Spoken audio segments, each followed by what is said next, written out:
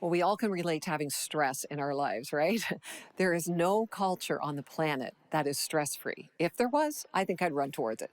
You see, people have always dealt with stress. In the book of Job in the Bible, the main character experienced one source of stress after another. And in Job chapter 6, Job says, "If my misery could be weighed, if you could pile the whole bitter load on the scales, it would be heavier than all the sand of the sea.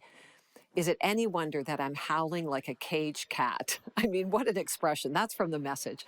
Have you ever felt like Job, as if you're carrying all the sand of the sea on your shoulders? Maybe you feel a little like a caged cat, just looking for a way out. So what do you do? What do you do with stress?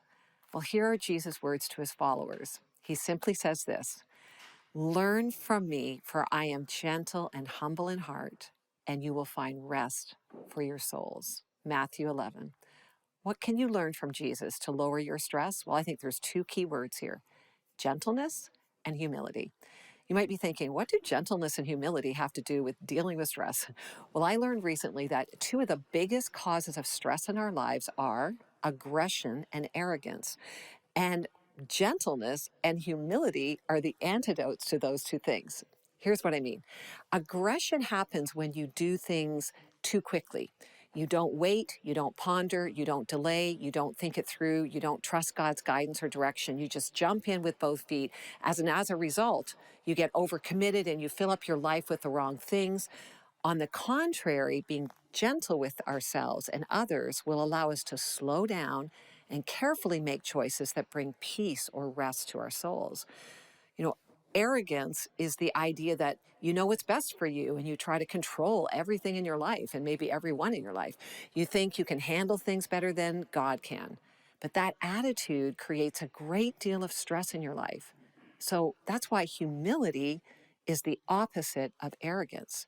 Humility recognizes that you have lots to learn and you don't need to control everything. So the truth is, when you try to do it all, when you try to have it all, try to be it all, the results are aggression and arrogance. And their opposites, their antidotes, are gentleness and humility. I love that. So if you're looking for a way to deal with your stress, why not stop what you're doing and take on Jesus' ways and his words? Be gentle with yourself and others. Practice humility to let God be God and realize that you're not. That will help reduce your stress. And that's courageous living.